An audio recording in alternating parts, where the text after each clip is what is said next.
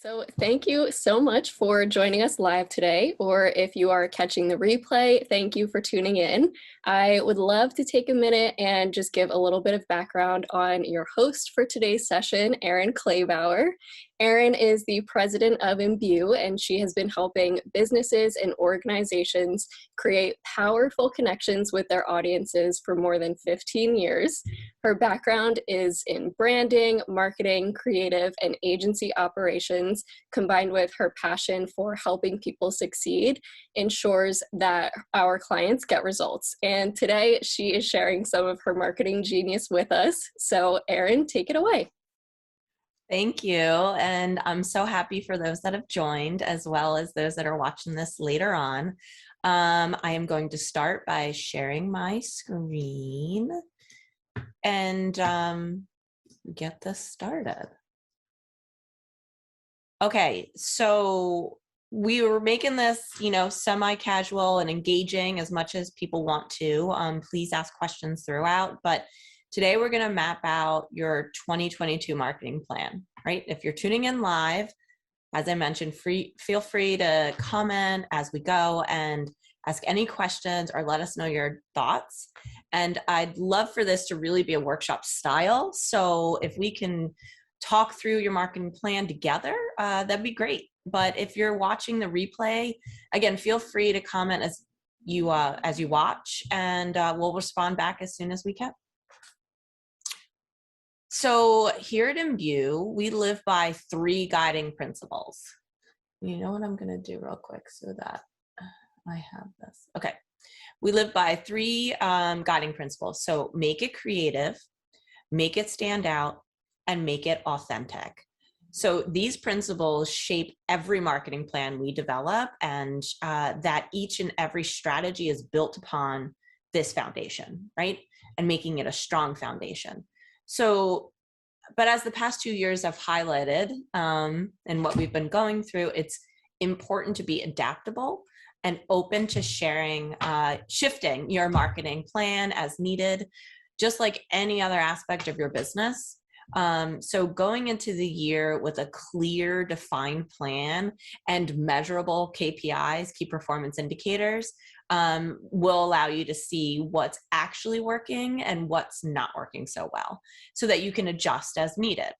So today we're going to give you the tools to build that creative, authentic marketing plan that stands out to your audience by sharing 4 foundational steps it takes. Okay, so the first one is identifying your ideal prospect. So we are going to go through a little bit of a question to start with. Here's a question for you, right? Who is your ideal prospect? And think about this in your head for a moment. How would you define your ideal prospect right now? Feel free to jot down a couple of words to describe him or her, and you can put that in the chat too if you wanted. But what we often hear are answers such as the C-suite, marketing professionals, anyone who needs financial planning, people who want to be healthier, people who drink coffee, we can help anyone. And the thing is that all of those answers are a big problem. We believe, I'm going to sneeze. This is live, excuse me. We like to go beyond the basics of a target audience and identify really who that true person is, the human on the other side, with real needs, and try and work there. So the things that we just heard in the other slide are very high level and surface. We want to get a lot deeper. The first foundational step with what we believe you need to do for your mapping out your 2022 marketing plan is defining that buyer persona. So getting deeper. This is truly the foundation of any strong marketing plan. Because without a clear understanding of who your target audience is, I mean, you won't know where to go and how to reach them. And so what you need to do is think about those buyers. And the facts are the first layer, the things that we kind of always go towards. age and family, their education, you know, what industries do they work in, what kind of size company are they, very basic things that are extremely important, but only one layer to the entire thing. So the second layer that gets you deeper and really allows you to understand where to find these buyers is the behaviors. So how do they learn about new information? What publications or blogs do they read? What kind of associations or social networks are they engaging on? How would they prefer to interact with a vendor, assuming that you're going to be considered that for them? Do they like to go on the internet and do research? These are the types of things that have to be very tailored to your specific company. And then once you start breaking these down and have answers, you're going to find out where to find them, right? So for instance, if we talk about certain social networks, well, this is a service-based company and they, you know, these types of customers of yours are on LinkedIn a lot. Well, then we should be on LinkedIn and we should make sure that your presence there. So again, this is going to help you decide where to find them. The third and final layer is the needs and goals. So what are their needs and goals that you are going to help address or be a resource for or solution to, whatever it is. And this is going to be very important for messaging. So if you think about it, you got the facts to get to find them, right? The geographical area, the demos, that kind of stuff. So now that's the high level stats that you need. Then you get into the behaviors, and that's where you're going to see, okay, where are they and how are they absorbing certain information? And that's going to tell you how to get in front of them.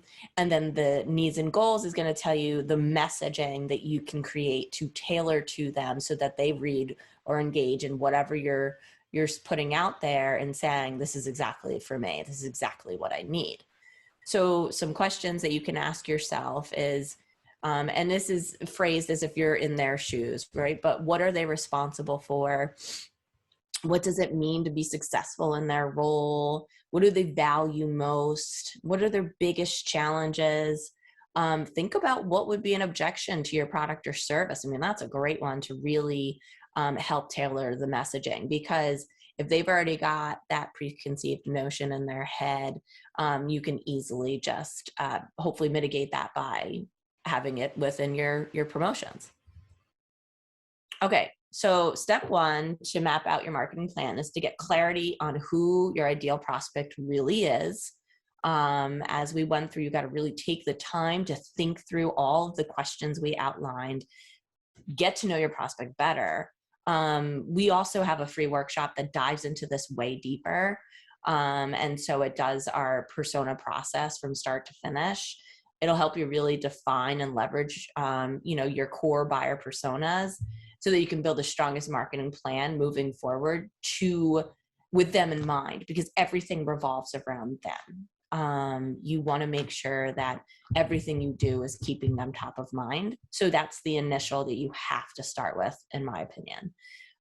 We'll drop a link in the to that workshop in the comments so you can see it and maybe sign up or watch it. Okay, step two is now clarify your brand strategy.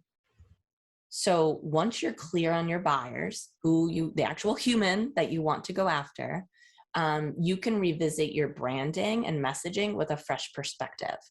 Your brand strategy is essentially the heart of your organization, and it's how your customers will know and remember you. So you got to think about every single touch point and interaction your audience has with your business. From your website and social media, to interacting with your customer service team, to seeing your logo on your marketing materials. Each of these touch points makes sure brand strategy and plays a role in how your potential buyer sees your business. So it's really important. Once you're clear on your buyer personas, again, you can revisit your branding and messaging with a fresh perspective. So you've got to keep your buyer personas in mind as you answer all of these questions. Is your visual branding appealing to your target audience? Now that you truly understand who they are, is it something they're really going to engage in? Does your message support your prospects' goals, values, and needs? Are you creating a memorable experience with your brand? So these are just a couple of the questions, but they can really make a big impact if you have a no or a yes in any of these. Okay, after that step, remember to audit and update all marketing materials and assets as needed. So it's including your company website, your social media profiles, your brochures, your image templates. I mean, it could go on.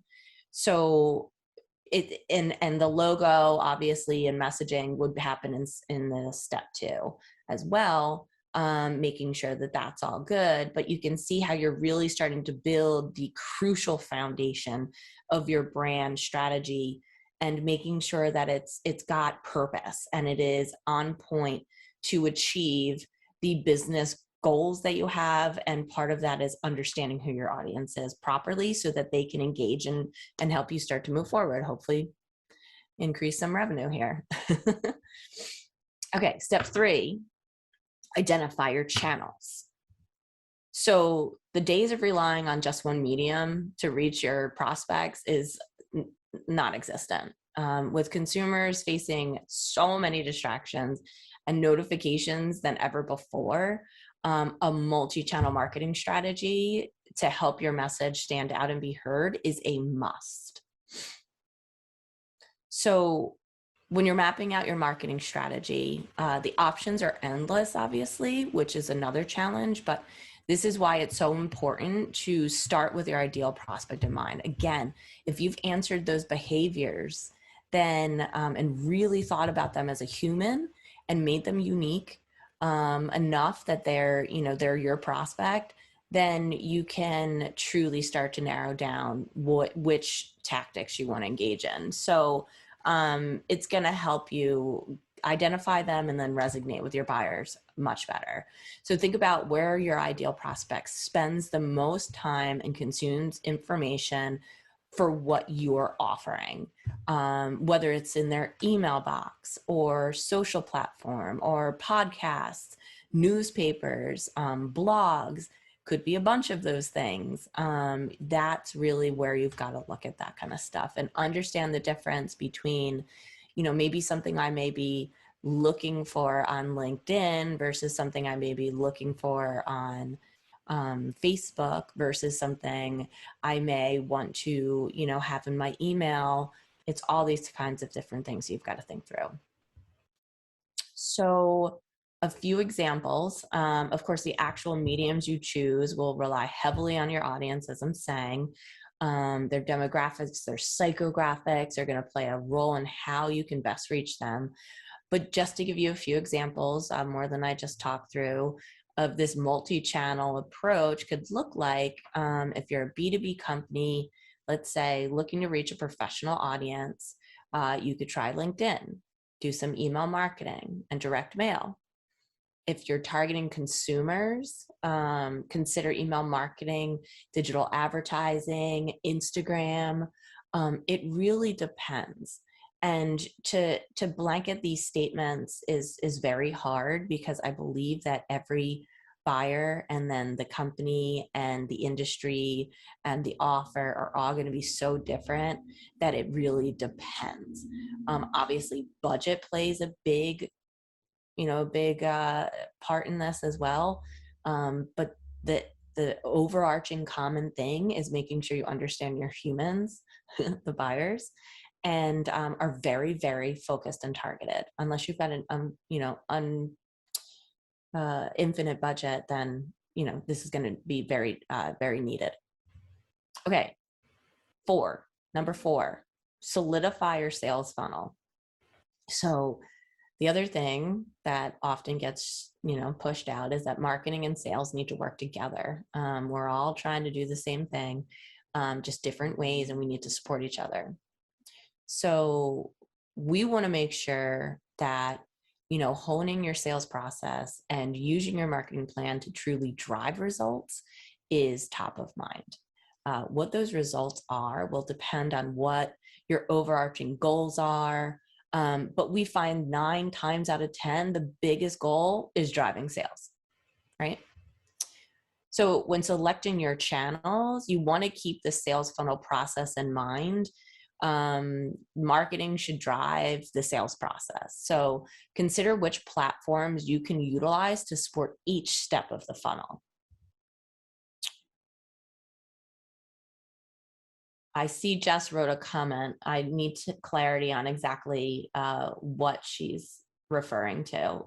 What if you don't know where they would be? Oh, are you talking about personas? I'm going to assume that's what it is. So, I mean, then you hire some experts to help you, but it's research. And I think business owners and people, marketing people, you're going to be surprised when you're forced to really think about it, that you do know way more than you think. But really it's where your audience and channels platforms. Yeah, it really is trying to do some research, because you can't have your own perspective. That's a bit of a challenge. And you've got to look, and there's tons of research, third party, that has stuff out online that you can look for, as long as you've got the certain demographics.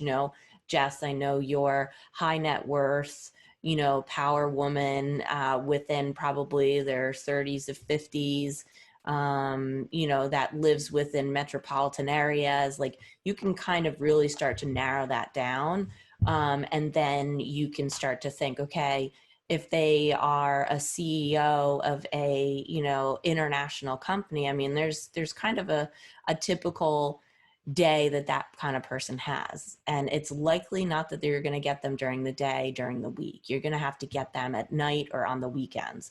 So, thinking about those types of things, once you really start to talk it out, and, that's something we can do here, or we could continue offline, but you start to really have those answers that you may think you don't, but you really do have them.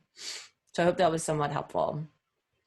Okay, so the different stages: awareness, consideration, decision. So for awareness, you got to think, what platforms can, these potential buyers find you on?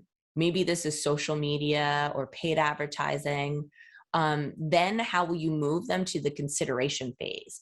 Because the whole idea is to push them down the funnel so that they then convert and become a customer.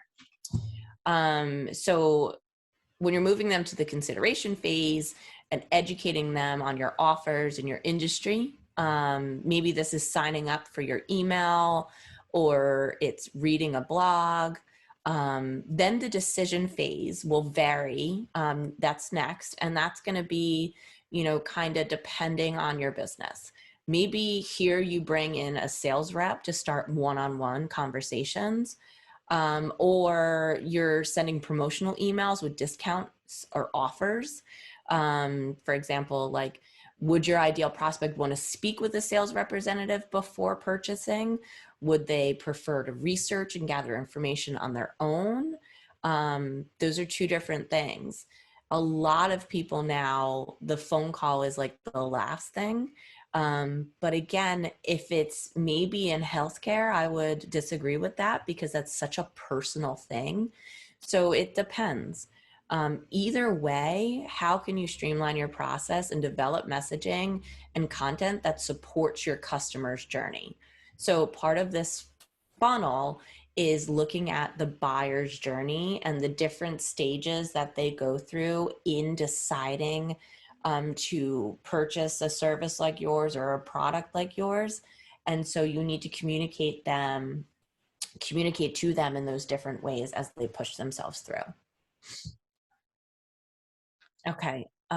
Once your sales funnel is streamlined and effective, your company can utilize paid advertising to fill the top of your funnel with as many qualified leads as possible, right? Google search ads, programmatic display ads, social media ads are just a small few of the many great options to help you effectively reach your prospects and customers.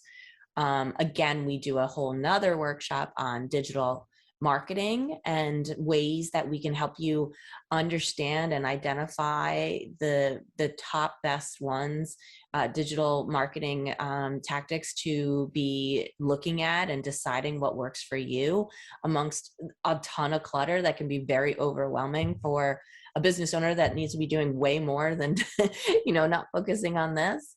But this is a couple of the high level things, but it's really, unfortunately, a lot of what we do right now is pay to play. So you need to put some money behind getting in front of these people and pushing them down that funnel. All right. So I know this was quick. We're hoping that it was helpful. But to recap, identify your ideal prospect is number one. So, so important. Clarify your brand strategy to make sure that it's appealing to that ideal prospect. Identify your marketing channels. And again, it's all reverting back to where is your ideal prospect? And then marry up your marketing with your sales so that you're really looking at how your marketing is working to push them down the sales funnel. And sales is a whole nother thing that needs to be added into this even further than that. But even for the smallest company, it's so important. So we would love to hear your thoughts on this live workshop. If you enjoyed it, leave a comment or send a message letting us know so we can continue hosting these in the future. If you have any topic recommendations or things you'd like to discuss, please, questions or anything they want to go over, we could do that too. Otherwise, we are going to sign off.